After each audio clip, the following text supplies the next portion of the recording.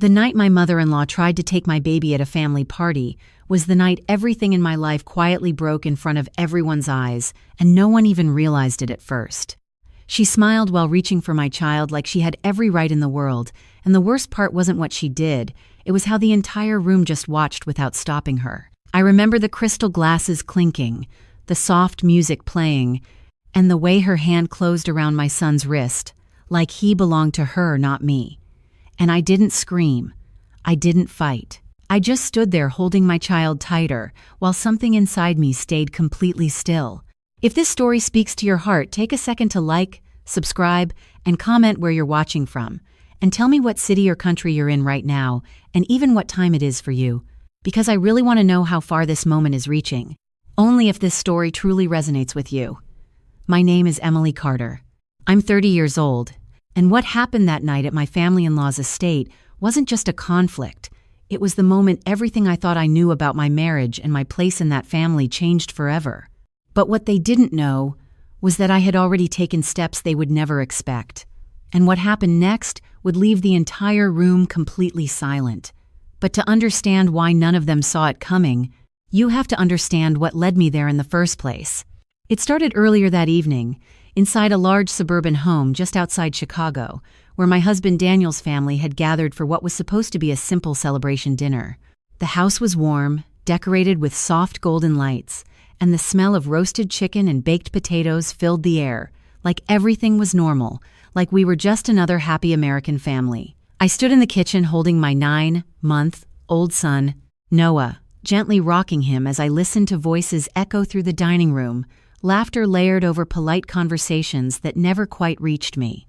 Margaret, my mother-in-law, was already there when I arrived, dressed in a pale blue dress that matched her perfectly controlled smile, the kind of smile that never quite reached her eyes. She greeted everyone warmly, hugged relatives, asked questions, but when she looked at me, it was always different, measured, quiet, like she was studying something she never approved of. I noticed it even more that night, the way her gaze kept drifting toward Noah, longer than normal, sharper than it should have been. "He looks more like our side of the family every day," she said at one point, laughing softly, but nobody laughed with her. I didn't respond. I just adjusted Noah in my arms and told myself not to react.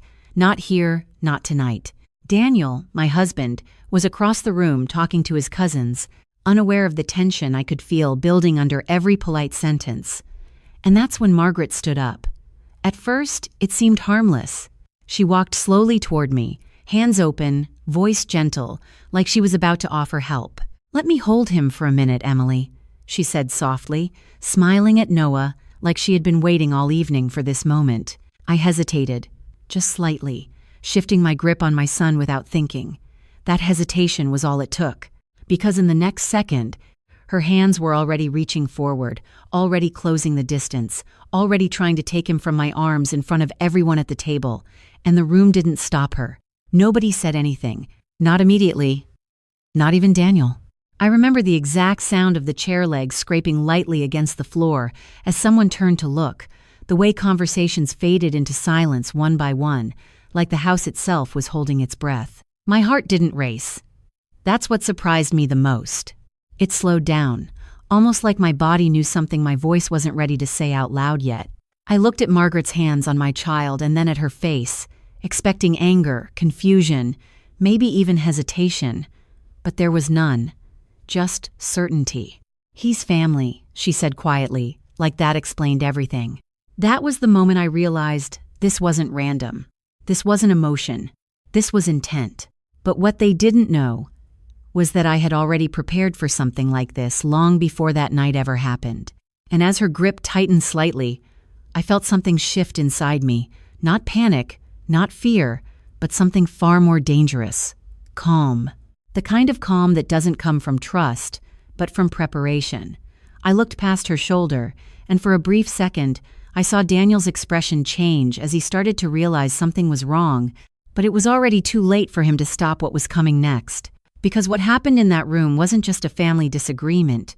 It was the moment a secret decision I had made weeks earlier was about to change everything in front of all of them. And none of them were ready for what would happen when I finally let go of silence. The moment Margaret's hand closed around my son's wrist, the entire room felt like it had shifted into something heavier, something nobody was willing to name out loud. Her fingers were gentle enough to pretend this was normal, but firm enough to make it clear she was not asking for permission. I remember watching her expression more than her hands, the way her eyes never left my child, as if she had already decided what belonged to her. Around us, the dinner table was still full of people, yet not a single fork moved, not a single voice interrupted the silence that was building like a wall between all of us. Daniel finally turned from across the room, his conversation fading mid-sentence as he realized something was wrong, but even he did not move quickly enough to stop what was unfolding in front of everyone. I did not pull my son away. I did not raise my voice. I just held him closer to my chest and looked directly at Margaret, and for the first time that night, she noticed I was not reacting the way she expected. Her smile tightened slightly, almost invisible to anyone who did not know her, and she repeated herself in a softer tone that somehow carried more control than before, telling me she only wanted to hold him for a moment because family should be close. That word, family, landed differently in the room because it was being used like a claim instead of a connection. I felt my son shift in my arms, his small hand curling into my shirt, unaware of the tension pressing down on us. Someone at the table cleared their throat but said nothing. Another guest looked away as if silence was safer than involvement. And then Margaret leaned in slightly, lowering her voice so only I could hear, telling me that I was being overly protective and that children needed to be part of the larger family, not isolated by their mother's fear. That was when I noticed something important, something subtle that most people would have missed. Her confidence was not emotional. It was practiced, like she believed there would be no consequence for what she was doing. My gaze shifted briefly toward Daniel again, waiting for him to step forward, to say something, anything, but he hesitated just long enough for the moment to stretch further than it should have. And in that hesitation, I realized something else was happening beneath the surface of this room, something I had already suspected long before this night, something I had quietly prepared for without telling anyone. Weeks earlier, I had sat in a small office across town, signing documents I never thought I would need, listening carefully as a legal advisor explained every possible scenario where custody could be questioned, restricted, or challenged within a family structure. At the time, I had told myself I was just being careful, that I was just protecting my child in case things ever became complicated. I never told Daniel. I never told anyone in his family. And I certainly never imagined it would be used in a moment like this, in a room full of smiling guests pretending not to see what was happening. Back at the table, Margaret's hand was still on my son, and she gave a small, almost satisfied nod as if she expected me to finally give in, to soften, to behave like she thought I always did. But I did not move. Instead, I looked at her calmly and asked her to let go of him, not loudly, not aggressively, just clearly enough that everyone nearby finally heard the shift in my voice. The room reacted instantly, not with action, but with attention. Heads turned slightly. Conversations stopped completely. Even the background music seemed distant now, as if it belonged to another house entirely. Margaret paused just for a second, and that pause told me everything I needed to know. She was not used to being told no in front of other people, and she especially was not used to being told no by me. Her grip tightened slightly before loosening again, as if she was deciding whether to escalate or dismiss me entirely. Then she smiled again, but it was different this time, less warm, more controlled, and she told me softly that I was making a scene in front of the family. That word, scene, hung in the air longer than anything else she had said that night. I felt my pulse steady instead of rise. My son's breathing was calm against my shoulder.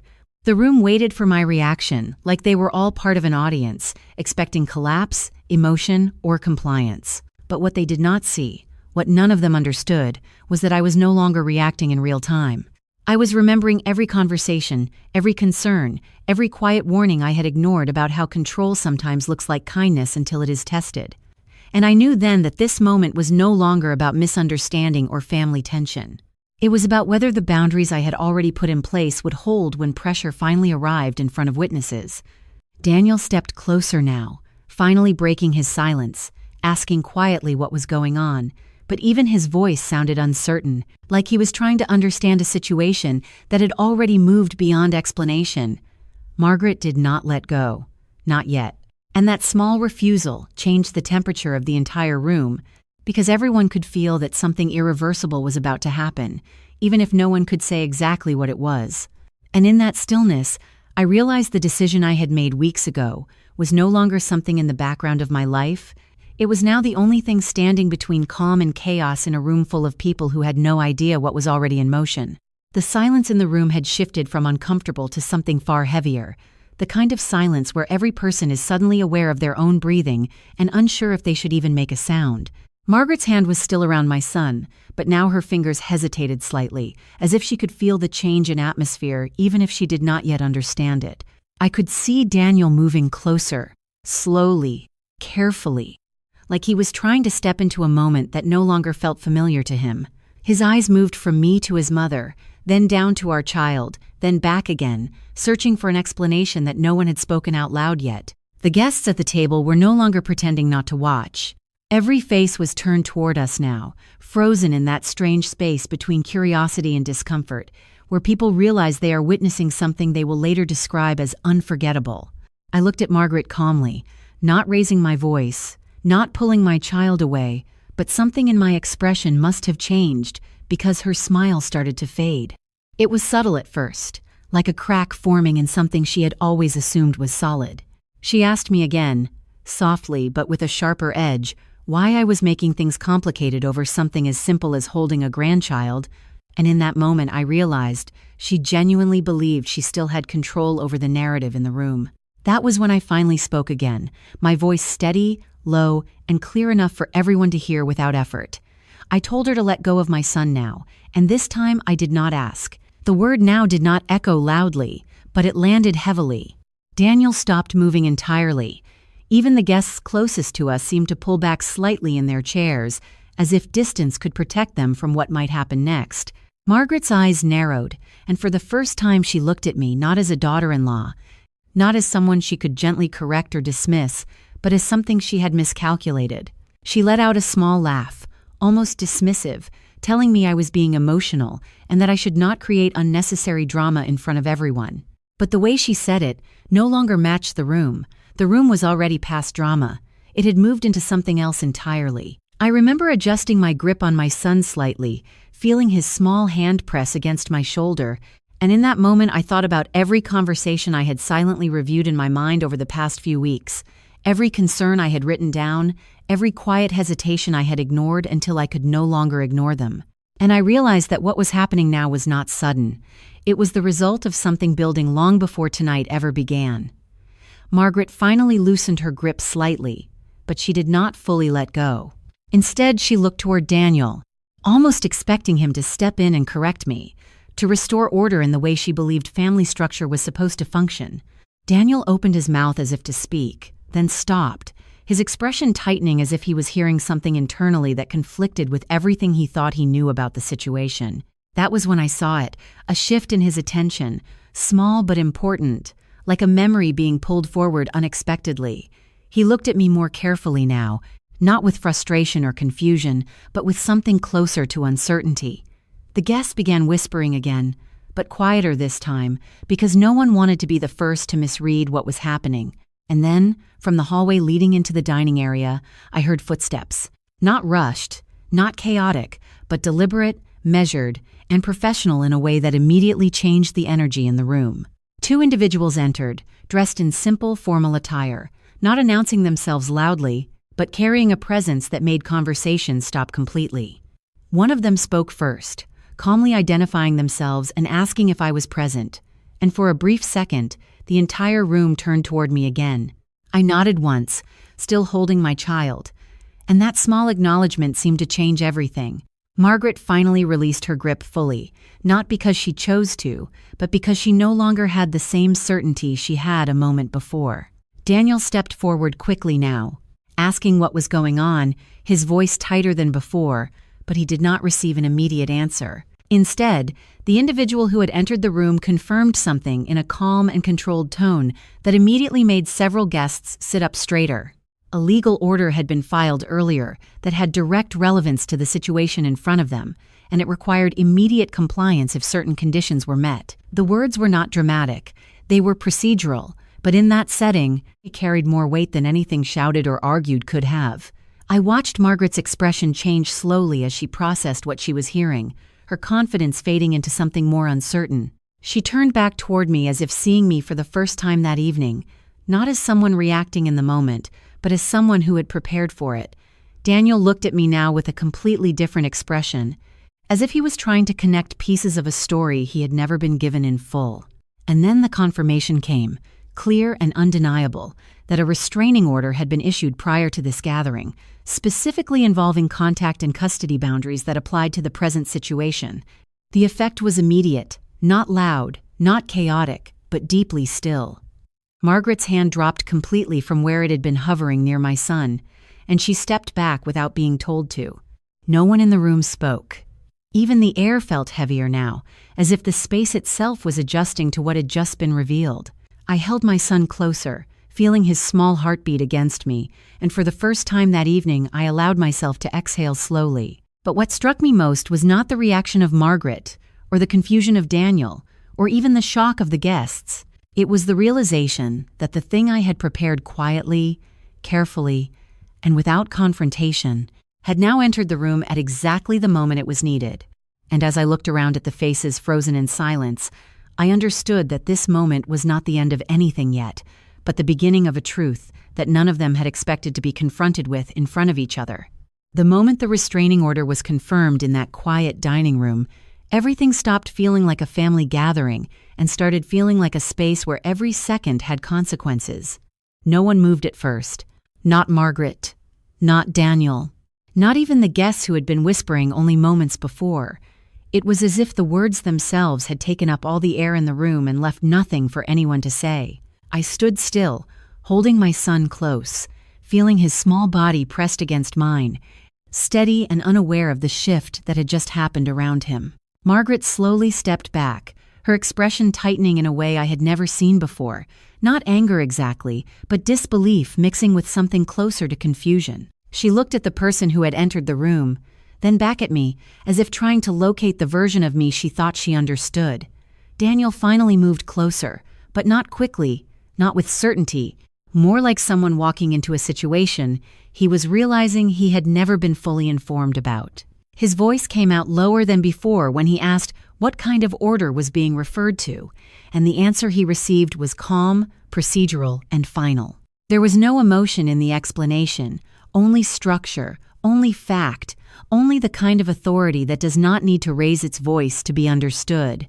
Margaret shook her head slightly at first, almost as if refusing to accept the words she was hearing, insisting that this was unnecessary, that it must be a misunderstanding, that family matters should not involve external intervention. But the response did not change.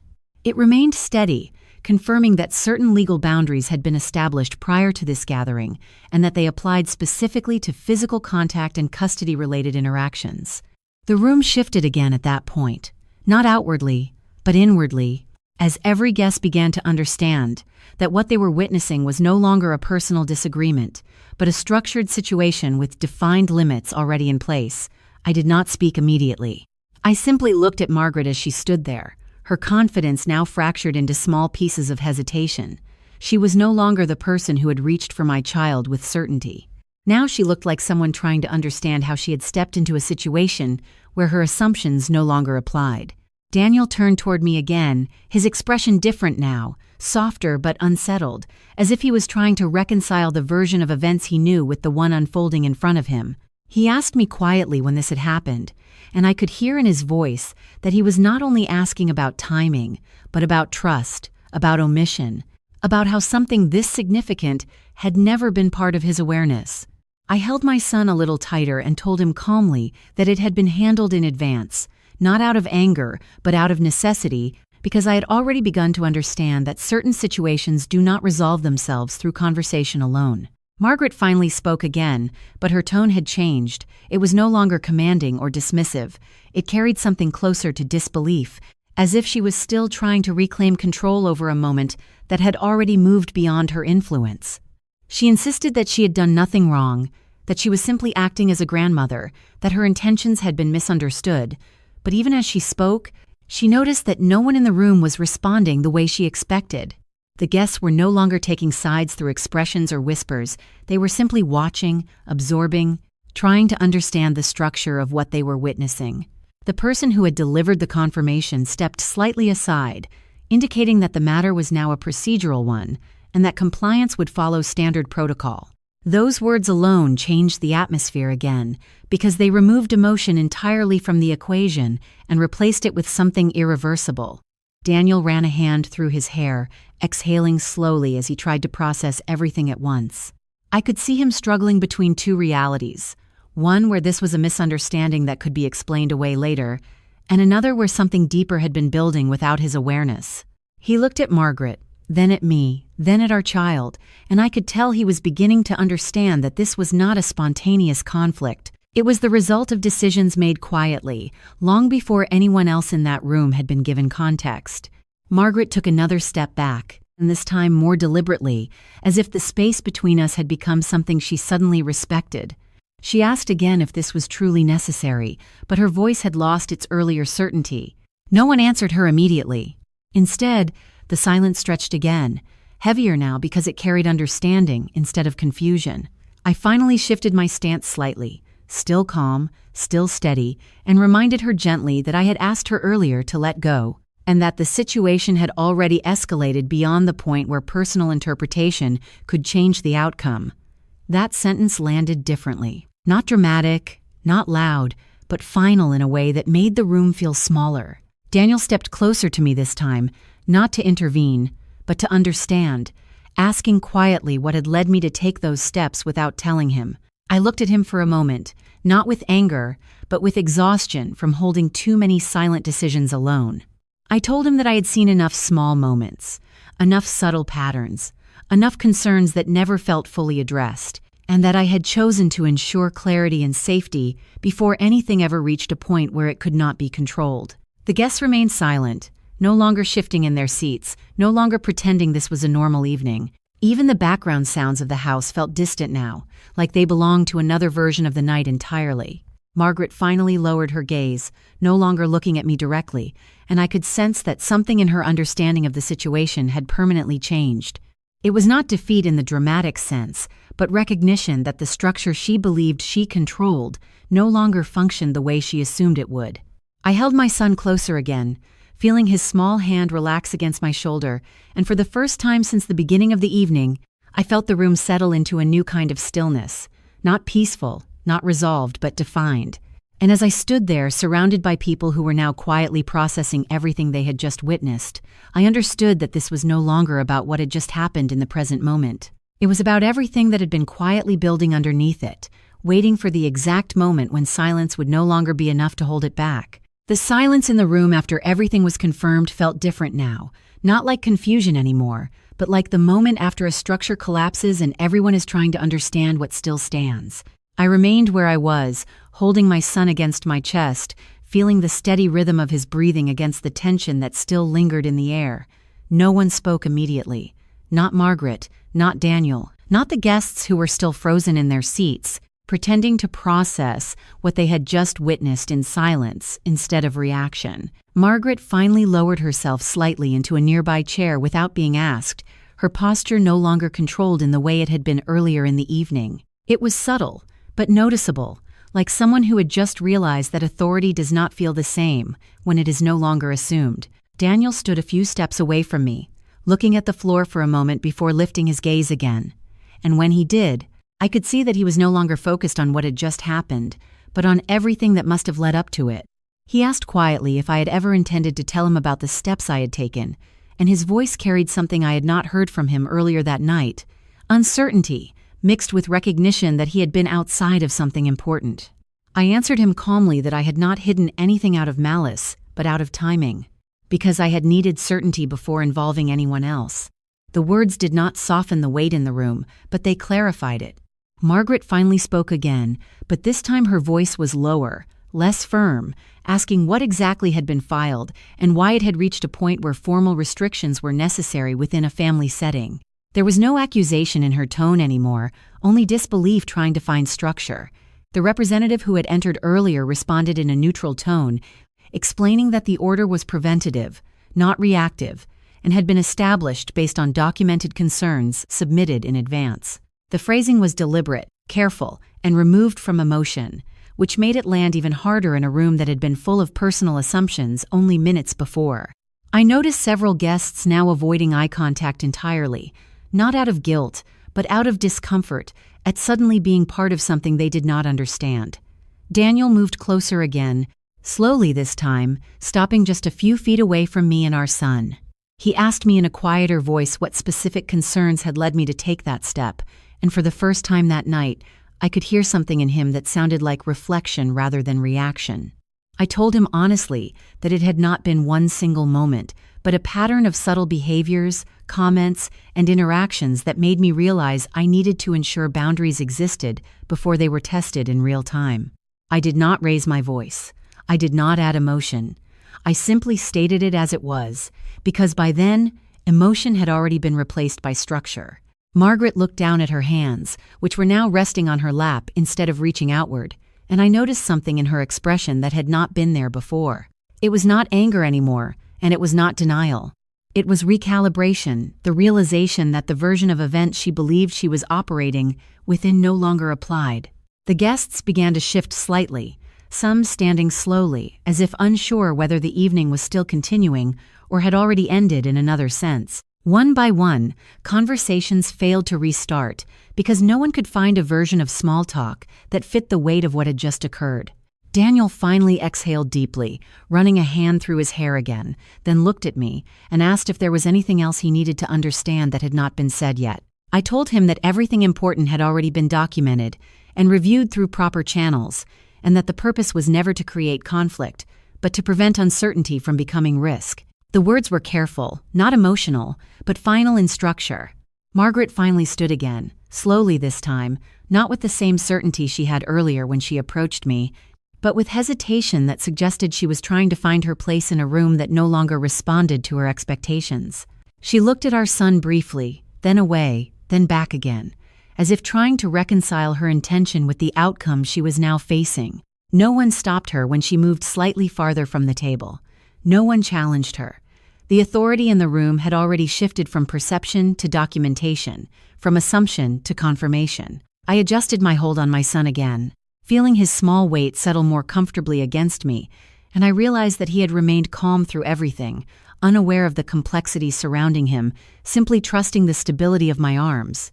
Daniel finally stepped back slightly, as if giving space to everything he was still processing internally, and I could see that the conversation between us was no longer about the moment itself, but about the gap that had existed long before it.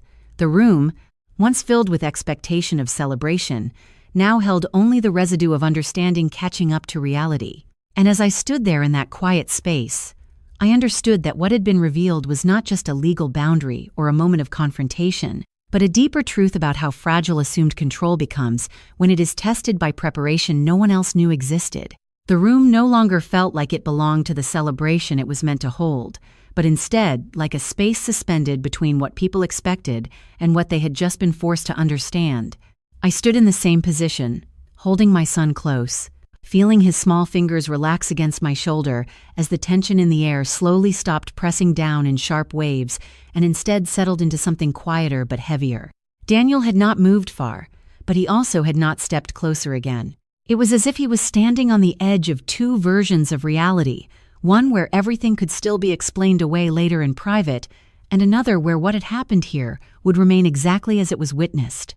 Margaret remained standing near the side of the room, no longer the center of attention in the way she had been earlier, her posture now controlled but restrained, as if she was carefully deciding how to exist in a situation where her usual authority no longer produced immediate response. No one spoke first. The guests, who had filled the dining area with noise and casual conversation earlier in the evening, now seemed to understand that any attempt to return to normal would feel forced and inappropriate. A few people began to slowly gather their things, not in reaction to being told to leave, but in quiet recognition that the moment had passed into something different. Daniel finally broke the silence again, his voice lower than before, asking if there was anything else that still needed to happen tonight, and the question carried more than logistics. It carried an attempt to understand whether the situation was still unfolding or had already reached its conclusion. I looked at him calmly and told him that everything that needed to be in place was already in place, and that what remained now was simply awareness. There was no accusation in my tone, only clarity. Margaret turned slightly toward me at that, as if trying to find any emotional reaction she could still recognize and respond to, but I did not give her one. Instead, I adjusted my stance, shifting my son more comfortably against my shoulder, and allowed the silence to settle again without interruption.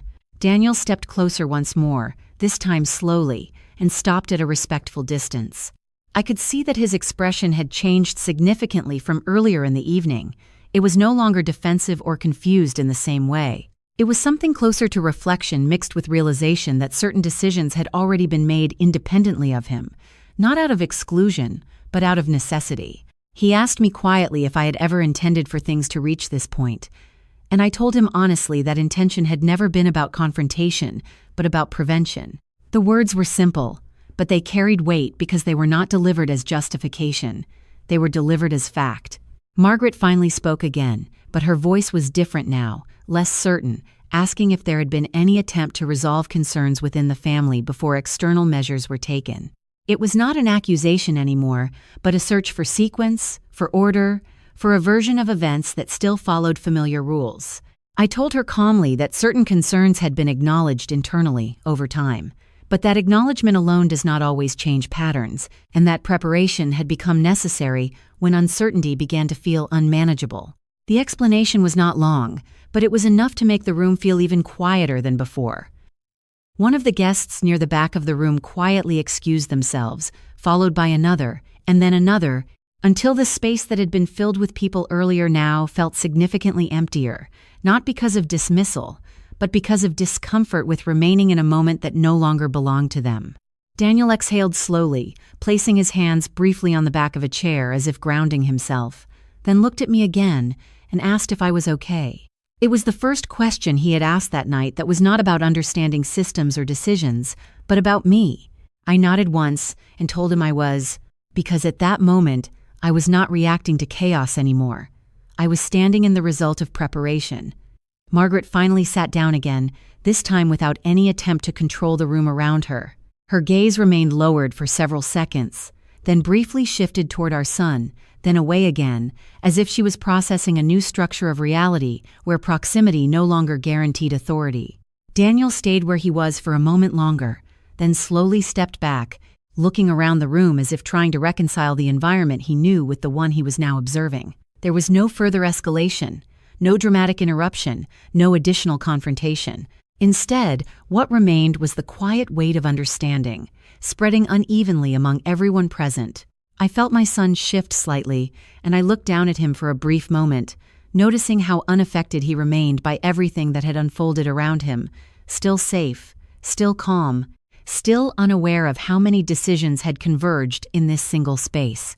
And in that moment, I realized that the true shift of the evening was not visible in any single action, but in the collective recognition that control is not always something that is taken in real time. Sometimes it is something that is already established long before anyone realizes they are standing inside its boundaries. The house no longer felt like it was holding a celebration, only the aftershock of something that had already finished unfolding. The remaining guests moved more slowly now, gathering their belongings in quiet motions that avoided drawing attention, as if any sound might disturb the fragile understanding that had settled over the room. I stayed in the same place, still holding my son, feeling the steady rhythm of his breathing against my chest, grounding me in a way nothing else in that space could. Daniel had not spoken for several minutes. He stood near the dining table, one hand resting lightly on the back of a chair, his posture no longer tense, but heavy with thought. Margaret remained seated, her hands folded in front of her, not looking at anyone directly, as if she was now observing a situation she could no longer influence rather than participate in it. The representative who had entered earlier quietly confirmed that the necessary steps had been completed for the evening and that no further action was required at that moment unless new circumstances arose. The language was procedural, but it marked a clear end to escalation. Slowly, the room began to transition into departure. One by one, guests offered quiet goodbyes that felt more like acknowledgments than conversation. No one addressed what had happened directly, but it was clear that no one would forget it. Daniel finally approached me again, this time without hesitation, and asked if we could speak privately after everyone left. His voice was calm, but there was something underneath it that suggested he was no longer trying to resolve the moment in front of him, but to understand the path that led here. I nodded once without objection. There was no need for urgency anymore. The situation had already settled into its outcome. Margaret stood slowly after a few more moments, adjusting her posture as if attempting to re-establish familiarity with her own presence in the room. She looked briefly toward Daniel, then toward me, then at our son, and I noticed that her expression no longer carried certainty or expectation. It carried processing. Not acceptance, not resistance, but something in between, like someone reevaluating a structure they had relied on without question for a long time. She did not approach again. Instead, she quietly gathered her things and moved toward the hallway with measured steps, pausing once near the doorway before continuing without turning back. The sound of her footsteps faded gradually, leaving a stillness that felt different from before. Daniel remained in place for a moment after she left, then finally exhaled and looked around the room as if seeing it for the first time that evening without emotional interruption. He asked me again, more softly, if I had been carrying this alone for a long time, and I answered honestly that I had not carried it alone, but I had carried it deliberately, because certain preparations require clarity before communication. He nodded slowly, not interrupting, absorbing the weight of that answer in silence. The house was now nearly empty, the dining table still set but untouched for a long time, the remnants of what was supposed to be a family gathering now feeling like evidence of a moment that had shifted direction without warning. I walked a few steps toward the window, adjusting my son slightly as I looked outside at the quiet suburban street beyond the glass. The night was calm, unchanged by what had occurred inside, which made everything feel even more internal, more contained, as if the entire conflict had existed in a space invisible to the outside world. Daniel came closer and stood beside me, not speaking immediately, just looking out as well. After a long pause, he said quietly that he needed time to understand everything fully, not just what had happened tonight, but everything that led to it. I told him that understanding would come with reflection, not urgency, and that nothing about what had been established required immediate reaction anymore. There was no anger in my voice, only finality and structure. He nodded again, slower this time, and I could see that he was no longer trying to argue or correct or reinterpret. He was processing. The room behind us remained still, chairs slightly displaced, glasses untouched, light reflecting softly off the table surface that had once been filled with conversation. I felt my son shift again, and I looked down at him briefly, noticing how peaceful he remained despite everything that had taken place around him. That contrast grounded me more than anything else. Daniel finally spoke again, asking if I believed things between us could return to what they were before, and I took a moment before answering, not out of hesitation, but out of honesty. I told him that some things do not return to what they were, but they can become something more honest if both people are willing to understand what changed and why. He did not respond immediately, but I could see that the answer landed in a way that required thought rather than reaction. As the night continued to settle, the house felt less like a place of conflict and more like a place where something had been revealed and fully acknowledged. There was no further confrontation, no return of tension, no attempt to reframe what had already been established. Instead, there was silence that no longer felt heavy, but complete. I stood there for a moment longer, holding my son, aware that nothing about the evening had been accidental, and that every step leading to this point had already been taken long before anyone else realized the direction it was moving in. And in that quiet ending space, I understood that the true resolution was not in what had been said or enforced, but in the fact that everything now existed in full awareness, without assumption, without illusion, and without anything left unspoken. The house was almost completely quiet now, the kind of silence that remains after a storm has passed but before anyone is certain it is truly over. Only a few lights were still on in the dining area, casting soft reflections across the table that had once held a full family gathering and now held nothing but unfinished plates and abandoned glasses. I stood near the window for a while longer, holding my son in my arms, feeling the slow rhythm of his breathing as the only constant thing in the room that had not changed. Daniel was still nearby, leaning slightly against the wall, his posture less tense than before but still heavy with thought, as if he was trying to organize everything he had just learned into something he could fully understand. Neither of us spoke for a long time. The absence of conversation was not uncomfortable anymore. It felt like space being given to something that needed time to settle. Margaret had already left earlier without returning, her departure quiet and unannounced, leaving behind no final statement, only absence. The guests had gone one by one, each goodbye careful and restrained, as if no one wanted to define what they had just witnessed with the wrong words. What remained now was the aftermath in its purest form, not conflict, not resolution, but consequence. Daniel finally broke the silence again, asking softly if I had ever felt unsafe before reaching this point. And I could hear that his question was no longer about events, but about understanding perspective.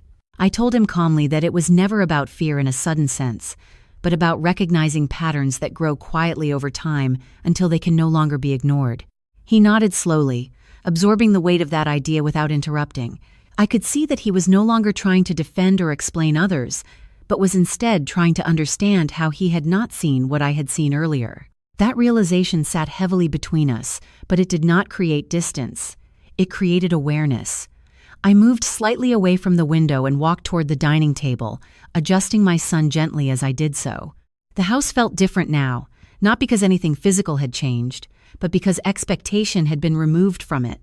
There was no longer any anticipation of celebration or disruption.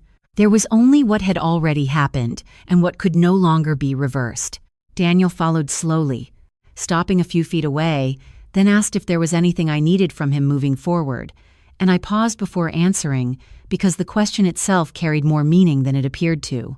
I told him that what mattered now was not reaction or immediate repair, but understanding what boundaries meant in practice, not just in theory. He did not respond immediately, but I could see that he was processing the idea in a way that felt more grounded than before. The silence between us was no longer filled with tension, but with reflection. I looked down at my son again, noticing how completely unaffected he remained by everything that had taken place around him, still resting safely in my arms, still unaware of the complexity that had unfolded to protect his stability. That contrast between external chaos and internal calm made everything feel clearer.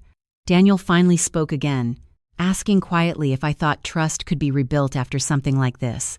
And I told him honestly that trust does not rebuild through time alone, but through consistency in understanding what caused its fracture in the first place. My answer was not firm in tone, but it was firm in structure. He nodded again, slower this time, and I could see that he was no longer looking for reassurance, but for direction in how to think about what came next. The room behind us remained unchanged, but it no longer felt like the center of anything. It had become a place where something had been acknowledged and completed, even if not fully resolved in every emotional sense.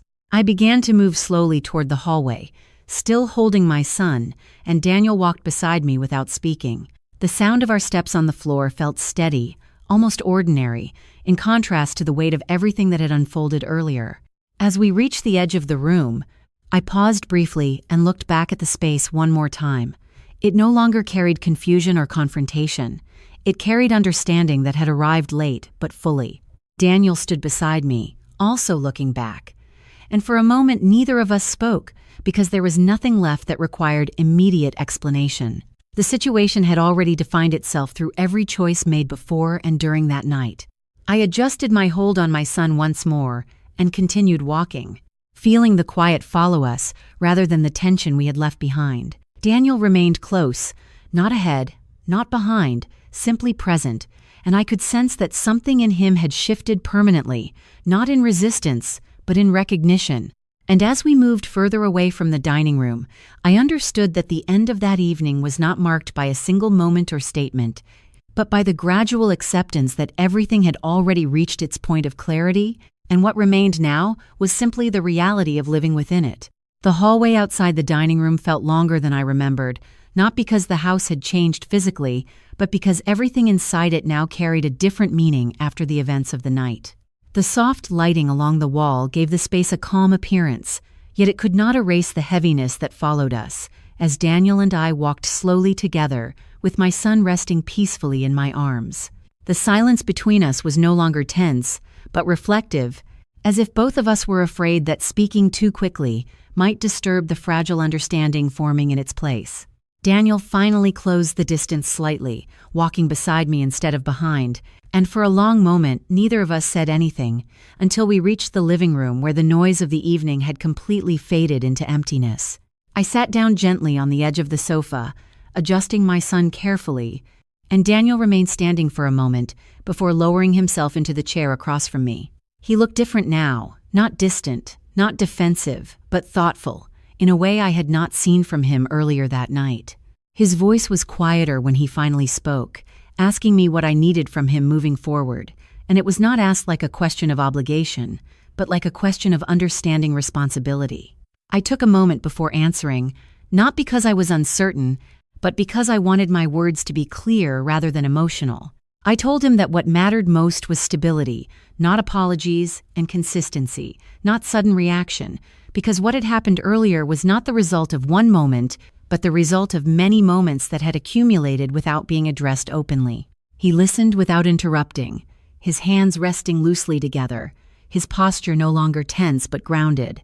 For the first time, I could see that he was not trying to defend his mother, not trying to argue against the situation, but trying to understand how the structure he believed existed within his family had shifted without his awareness. After a long pause, he nodded slowly and admitted that he had not seen the situation the way I had, not because he ignored it intentionally, but because he had never been placed in the position of seeing it from outside. His honesty did not fix everything, but it changed the direction of the conversation from conflict to awareness.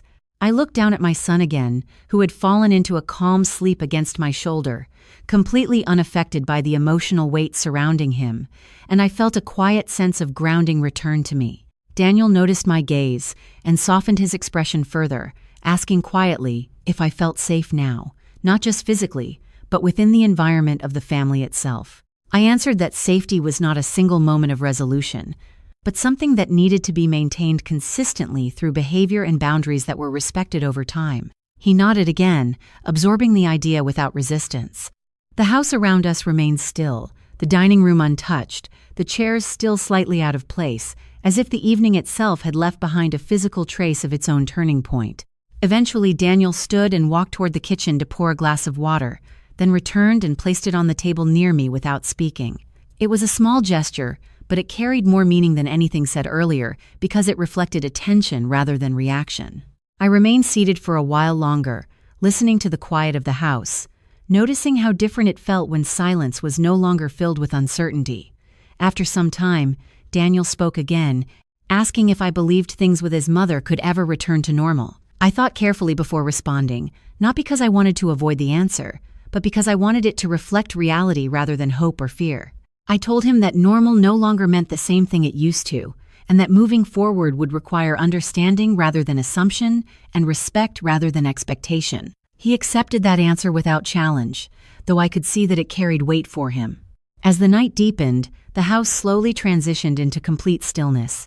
Daniel eventually moved to sit beside me, not close enough to invade space, but close enough to indicate presence. We both remained quiet for a long time, listening only to the faint sounds of the house settling. At one point, I stood and gently walked toward the hallway, checking on my son's belongings and making sure everything was in place, and Daniel followed without speaking. There was no urgency in his movements now, only quiet awareness. When I returned to the living room, I noticed him standing by the window looking out at the dark street outside, and I joined him for a moment without saying anything. The world outside continued as normal, cars passing in the distance, faint lights from neighboring houses, life unaffected by what had just unfolded inside this home. That contrast made everything feel even more contained, as if the entire experience had existed in a space only we could fully understand. Daniel finally spoke again, saying that he realized now there were parts of life within a family that could remain unseen until something forced them into visibility. I agreed quietly, because that was exactly what had happened. Over time, the silence between us became less about unresolved tension and more about acceptance of reality as it now existed. I knew that nothing would immediately return to what it once was, but I also understood that something new had begun to form in its place, something more cautious, more aware, and more grounded in understanding rather than assumption. As the night finally approached its end, I stood once more holding my son, and Daniel walked with me toward the hallway, not ahead, not behind, but alongside. There was no final statement, no dramatic closure, only the steady recognition that everything important had already been revealed, and what remained now was not explanation, but how we chose to live with that understanding moving forward. The first light of morning had already begun to filter softly through the living room curtains when I realized neither of us had moved from where the night had left us. The house was quiet in a way that felt different from the silence of confrontation. Now it was the silence of aftermath, the kind that arrives when emotional weight has already been processed, but not yet fully integrated into memory. Daniel was still near the window, standing in the same position he had taken earlier, looking outside at a world that continued without interruption, as if nothing inside this house had changed its structure overnight.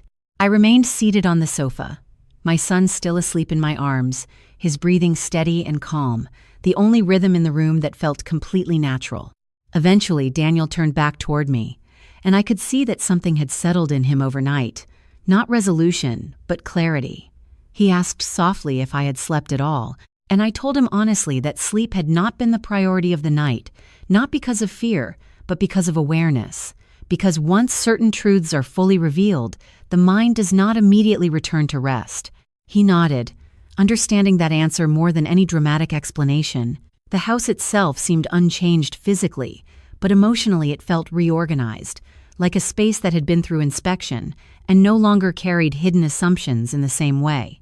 Daniel walked slowly toward the kitchen, preparing coffee without asking if I wanted any, and that small gesture carried a sense of normalcy that did not exist the night before. When he returned, he sat across from me again, this time without hesitation or uncertainty, and for a long moment neither of us spoke. There was no need to reintroduce what had already been fully acknowledged. Instead, the conversation began naturally, not about conflict, but about structure moving forward. Daniel asked me how I would like boundaries to be maintained going forward, and the question itself showed that he was no longer trying to interpret what had happened, but to understand how to prevent misunderstanding in the future. I told him calmly that clarity and consistency mattered more than emotional reaction, because emotional reaction often fades, but structure does not. He listened carefully, not interrupting, and I could see that he was processing everything not as an argument, but as a shift in understanding how his family functioned. Outside, the morning light became stronger, slowly illuminating the room in a way that made everything from the previous night feel more contained, more defined, and less chaotic than it had felt in the moment. I stood eventually, still holding my son, and walked toward the hallway where the quiet felt even more noticeable now that the intensity had passed. Daniel followed a few steps behind, not leading, not trailing, simply present. As we moved through the house, I noticed how different each space felt compared to the night before. The dining room, where everything had unfolded, no longer felt charged with tension. It felt like a space that had completed its function and was now waiting for time to separate memory from emotion. Daniel stopped briefly near the doorway, looking inside, and I could see that he was revisiting the sequence of events internally, not with resistance, but with reflection. He said quietly that he understood now why certain actions had been taken without discussion, because delay in clarity often creates more instability than direct structure. I nodded not because I needed agreement, but because his understanding confirmed that the shift was not temporary. We continued moving slowly through the house, and at one point he asked if I would ever feel comfortable discussing everything that had happened with others outside of the immediate situation. I told him that I did not see value in expanding what had already been resolved internally, because not every understanding requires external validation to be complete. He accepted that without argument, which showed me more than anything else that he was beginning to understand the difference between reaction and acceptance. Eventually we returned to the living room, where the morning light had fully taken over the space, removing the shadows that had made everything feel heavier the night before. I sat again, placing my son gently beside me as he began to stir slightly, waking slowly without distress. Daniel stood nearby for a moment, before sitting in the chair across from me again, this time with a different posture, more grounded, more intentional. He said quietly that he did not want the relationship between us to remain defined by a single night. And I told him that it would not be, because what defines relationships is not moments of intensity, but patterns of behavior over time. That answer seemed to settle something in him. There was no apology exchange, no dramatic reconciliation, no attempt to reframe the past as something different from what it had been. Instead, there was acknowledgement that the structure of understanding had shifted permanently.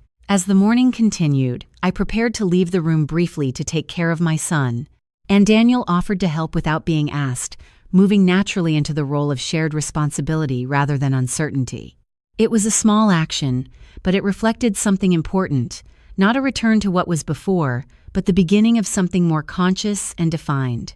I paused for a moment before leaving the room, looking back at the space where so much had unfolded, and realized that the most significant change was not visible in any single action or statement. It was in the absence of confusion. Everything that had once been unclear had now been placed into structure, not to erase emotion, but to ensure that emotion no longer operated without understanding. And as I walked forward into the rest of the house with my son in my arms, I understood that the night before had not ended with conflict or resolution alone, but with the quiet formation of a new reality built on awareness rather than assumption.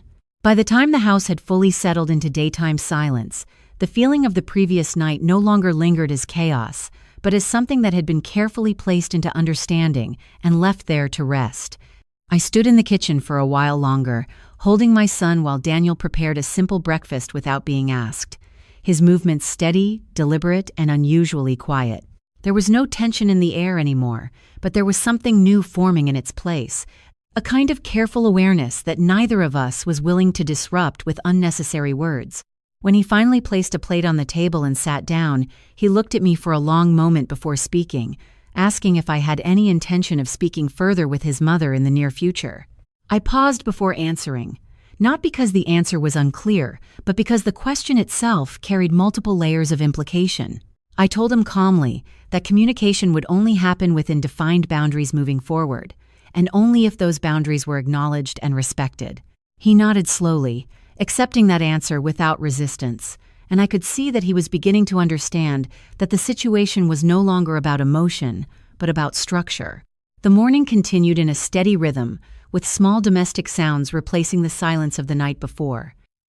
I fed my son. Daniel cleaned up without being asked, and for the first time in a long time, nothing in the environment felt unpredictable. Yet beneath that calm surface, I knew that change does not fully settle in a single night. It requires time, repetition, and consistency to become real in behavior rather than understanding. Later that morning, Daniel asked if I would be open to a conversation with him and possibly a neutral family mediator in the future, not to revisit conflict, but to ensure clarity moving forward. I agreed, not because I needed resolution, but because I understood the importance of maintaining structure even after understanding has been reached. The conversation was not emotional. It was procedural, and that in itself marked the difference between how things had been before and how they existed now. As the day progressed, I noticed small changes in Daniel's behavior that reflected his internal adjustment. He asked more questions before assuming meaning, he paused longer before responding, and he seemed more aware of how quickly situations can escalate when assumptions replace communication. These were not dramatic changes, but they were consistent, and consistency was the only thing that mattered now. At one point, while I was preparing to leave the kitchen, he mentioned quietly that he had spoken briefly with his mother earlier in the morning, not to argue, but to clarify what had been formally established the night before. His tone was careful, as if he was still navigating how to discuss something that carried both emotional and structural weight. I listened without interruption, and when he finished, I simply acknowledged that clarity is only effective when it is understood by all parties, not just one. He did not respond immediately, but I could see that the idea stayed with him. Later in the afternoon, the house felt almost ordinary again, with sunlight moving across the living room floor and the quiet rhythm of daily life slowly returning.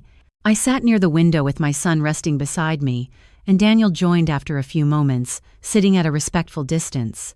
There was no pressure in the silence between us anymore. It was simply space.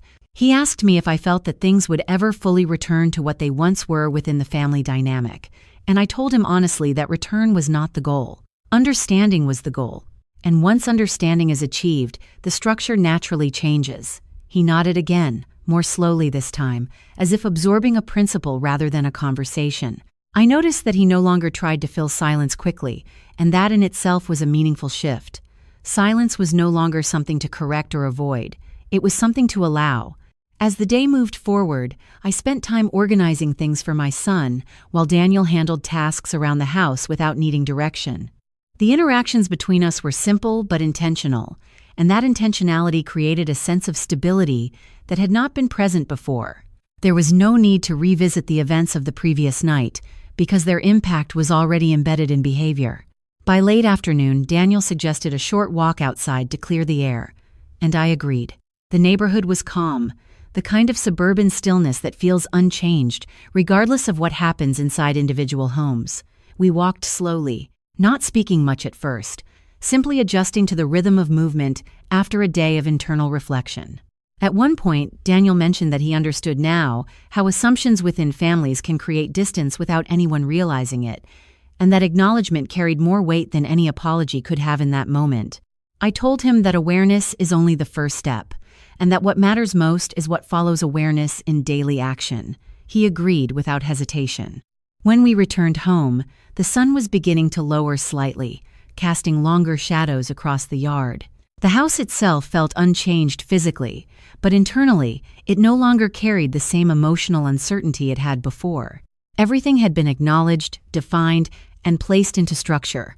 As I stood once again in the living room holding my son, I realized that what had happened over the past 2 days was not a single event of resolution, but a transition from ambiguity to clarity. Nothing dramatic remained, nothing unresolved lingered in the open. Instead, there was a quiet understanding that would now define how every interaction moving forward would be shaped. And in that understanding, I recognized that the true outcome of everything that had unfolded was not control, not confrontation, but the establishment of boundaries that allowed peace to exist without uncertainty.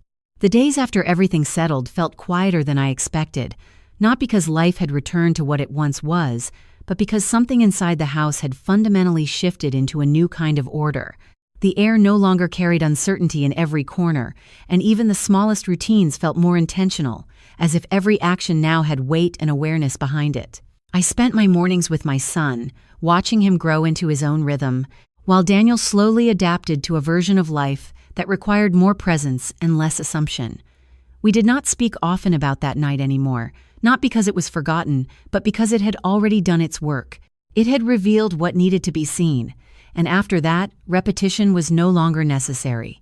Daniel began making changes in the way he communicated, not dramatically, but consistently, asking questions before making conclusions, listening longer before responding, and stepping back whenever emotion threatened to replace understanding. I noticed these shifts quietly, not as perfection, but as effort, and effort was all that truly mattered now. Margaret remained distant, not in hostility, but in space. There were no further attempts to recreate what had been crossed that evening, and instead there was a mutual, unspoken recognition that certain boundaries, once defined, do not return to ambiguity.